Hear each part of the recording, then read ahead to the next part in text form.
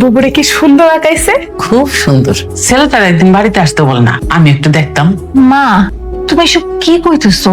চিনি না জানি না একটা মানুষ আমার একটার পর একটা ছবি আঁকতেছে, আমি লজ্জায় মরে যাইতেছি। আর তুমি তারে কইতেছো বাড়িতে আসতে? আরে চেনা জানার জন্যই তো বাড়িতে আসতে বললাম। একটা মানুষ যদি বাড়িতে নাই আসে তাহলে তারে চিনবো কেমন করে? তুমি যাও তো এখন। নিজের ভালো তো কোনোদিন বুঝলি না, নিজের ভালো একটু বোঝার চেষ্টা কর। কোনো ছেলে তোর দিকে এরকম ভাবে তাকাবে না, আর এরকম শখও করবে না, মনে রাখিস। বুবু, তুই কি এই ছবিটা আরেকবার হাত দিয়ে ধরে দেখবি? লতা, মা এটা কি কইলো? তো সবার লেগে বোঝা হয়ে গেছি না? আম্মুর কথা বাদ দে তো, সে তো সবসময় তোরে নিয়ে চিন্তা করতে থাকে, এটাই হচ্ছে সমস্যা। আর ভাবে তোরা হয়তো কেউ বিয়েই করবে না। আমার কারো বিয়ে করার দরকারও নেই। কি? সে ছবিওয়ালা আসছে, জানালার কাছেই দাঁড়ায় আছে। আপনি কি চান?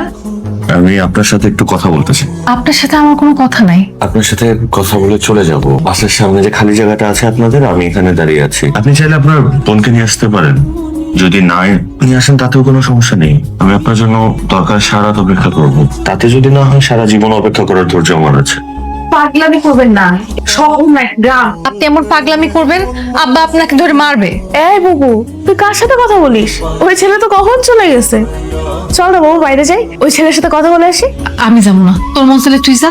আমার তো মন চাইতেছে, কিন্তু এই ছেলে তো আমার সাথে কথা বলবে না, তোর সাথে কথা বলবে। চল না যাই, প্লিজ প্লিজ প্লিজ। আব্বা জানলে কি করবো তুই বুঝোস? আরে আব্বা তো বাড়িতে নাই।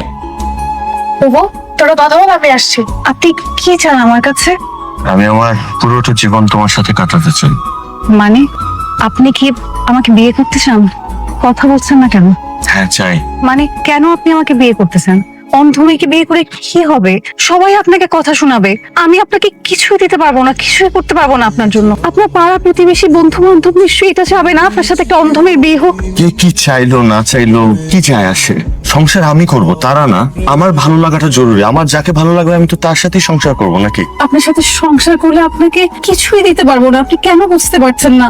আমি আপনার জন্য রান্না করতে পারবো না, আপনাকে একবেলা খাবার বেড়ে দিতে পারবো না, আপনার কোনো সেবা যত্নও করতে পারবো না, আপনার সাথে ইচ্ছা করলে কোথাও ঘুরতেও যেতে পারবো না। আমার সামনে বসে থাকতে পারবে তো?